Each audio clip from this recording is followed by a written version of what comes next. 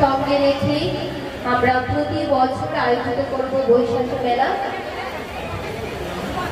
আর সঙ্গে থাকবে আমাদের বিলোনিয়াবাসী।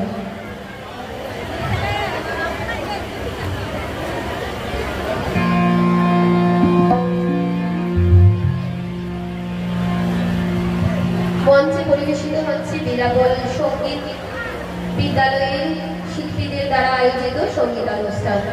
সকলেই সঙ্গে থাকুন। সকলকে অসংখ্য ধন্যবাদ।